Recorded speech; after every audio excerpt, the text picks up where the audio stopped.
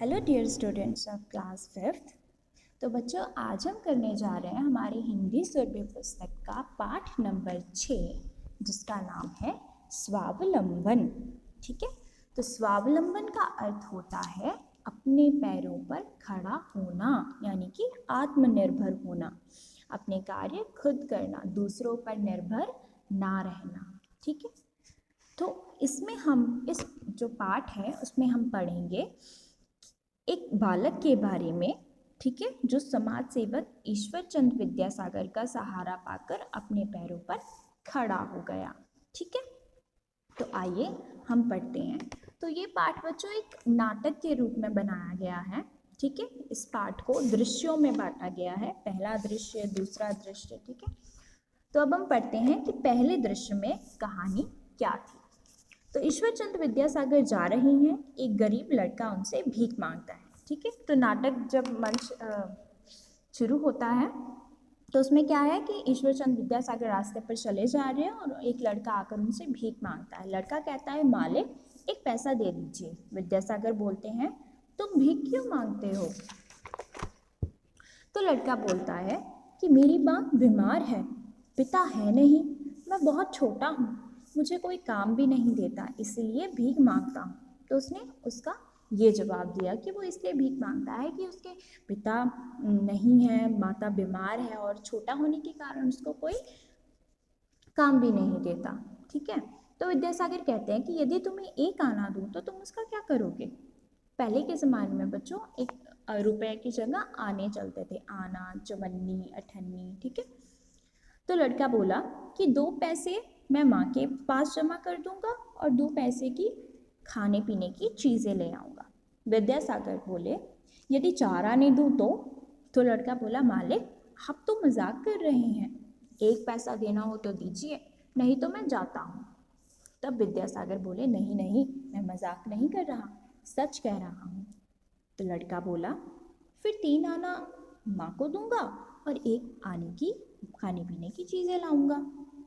तो विद्यासागर खुश हो गए, बोले, अच्छा तो मैं 1 रुपया देता हूँ, देखो कहीं खोना नहीं और अपनी माँ को देना।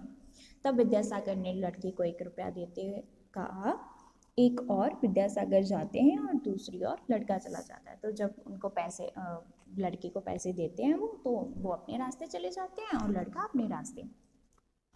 अब दूसरा दृश्य शुरू होता है। ठीक है, अब कहीं और का दृश्य है।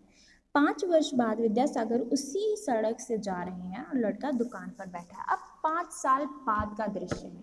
ठीक है, जैसे हम नाटकों में, फिल्मों में नहीं देखते कि 2 साल बाद की कहानी एकदम से दिखा देते हैं 5 साल बाद की, तो इसी नाटक में भी ऐसा ही हो रहा है। तो जो पैसे उसने दिए थे 5 साल पहले, अब हमें पता चलेगा कि उस लड़के ने उन पैसों का क्या किया। तो लड़का विद्यासागर के पैरों में गिरकर, मालिक प्रणाम। जब लड़का उसको विद्यासागर को पहचान लेता है तो वो उनको प्रणाम करता है, उनका पैर छूता है। विद्यासागर, सुखी रहो भाई। लड़का, मालिक कृपा करके आप मेरी दुकान तक चलिए। लड़का बोलता है विद्यासागर से।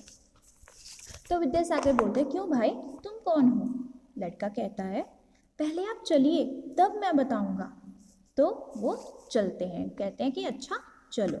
दोनों दुकान में आते हैं। लड़का बड़े आदर के साथ विद्यासागर को कुर्सी पर बैठाता है।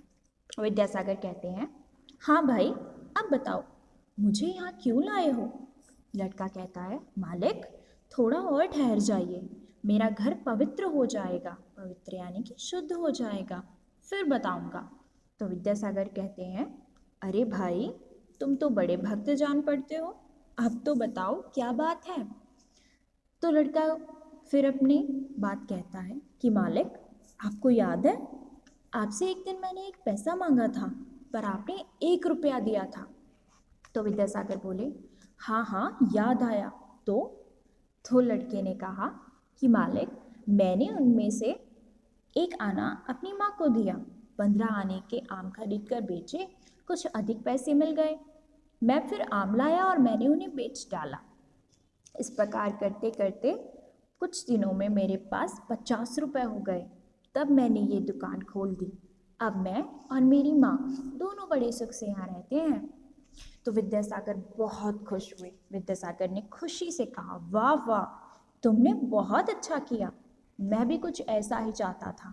केवल 1 रुपए से तुम अपने पैरों पर खड़े हो गए और भीख मांगना छोड़ दिया। लड़का बोला, मालिक, ये सब आपकी कृपा है। विद्यासागर बोले, मेरी कृपा नहीं, ये तो तुम्हारी मेहनत है, कुछ पढ़ाई भी की है। तो लड़का बोला, नहीं मालिक, कैसे पढ़ता?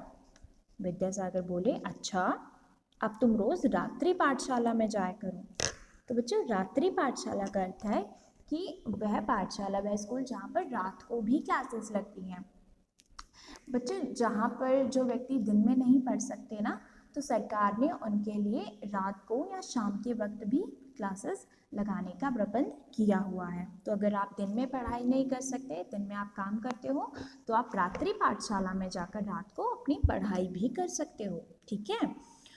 तो विद्यासागर बोले, तुम अपनी जीविका कमाने लगे हो, अब तुम्हें पढ़ना चाहिए, इससे तुम्हारी दुकानदारी को भी लाभ होगा।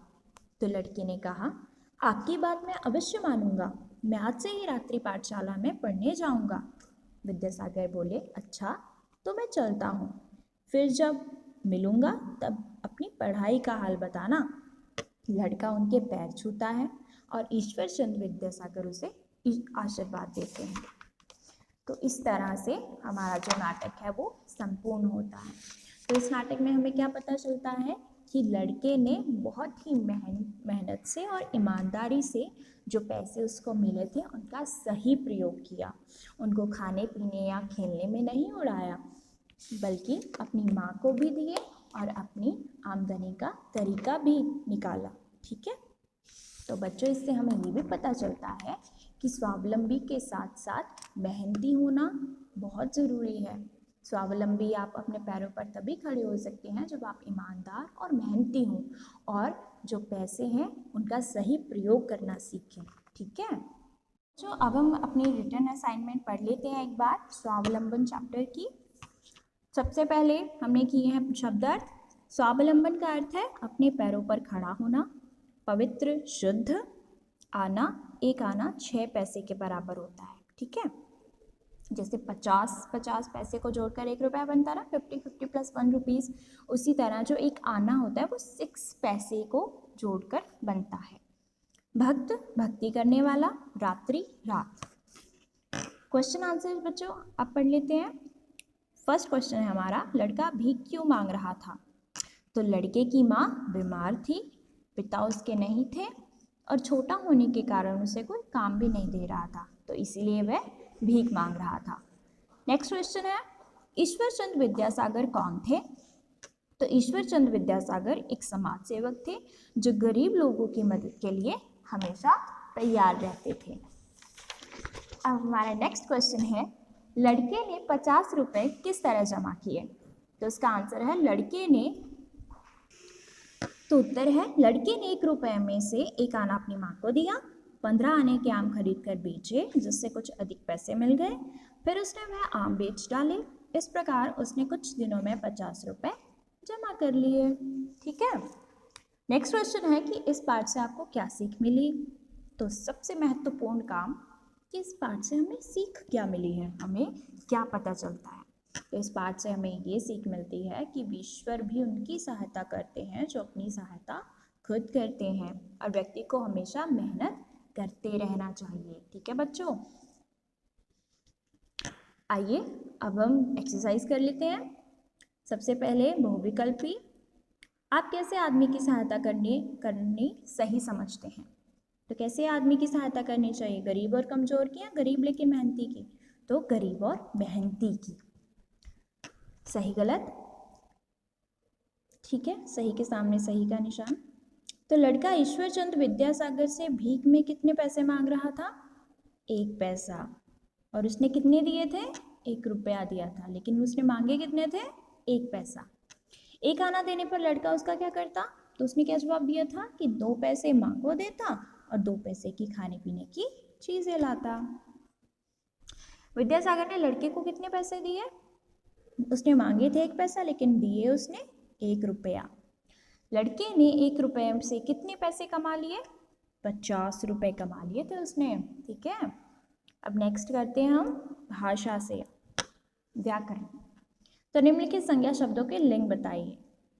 तो संज्ञा शब्द क्या होते हैं बच्चों? किसी वस्तु, व्यक्ति अथवा स्थान के नाम को संज्ञा कहते हैं ना। और लिंग क्या होता है? जिससे हमें स्त्री जाति या पुरुष जाति का बोध होता है।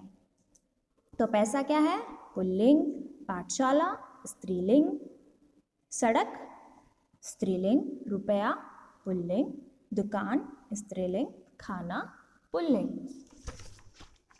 अब नेक्स्ट है भाववाचक संज्ञा शब्दों को रेखांकित कीजिए, जिससे जिन शब्दों से बच्चों भाव प्रकट होते हैं ना, खुशी, गमी का, गुस्से का, ठीक है, हैरान होने का, वो भाववाचक संज्ञा कहलाती हैं।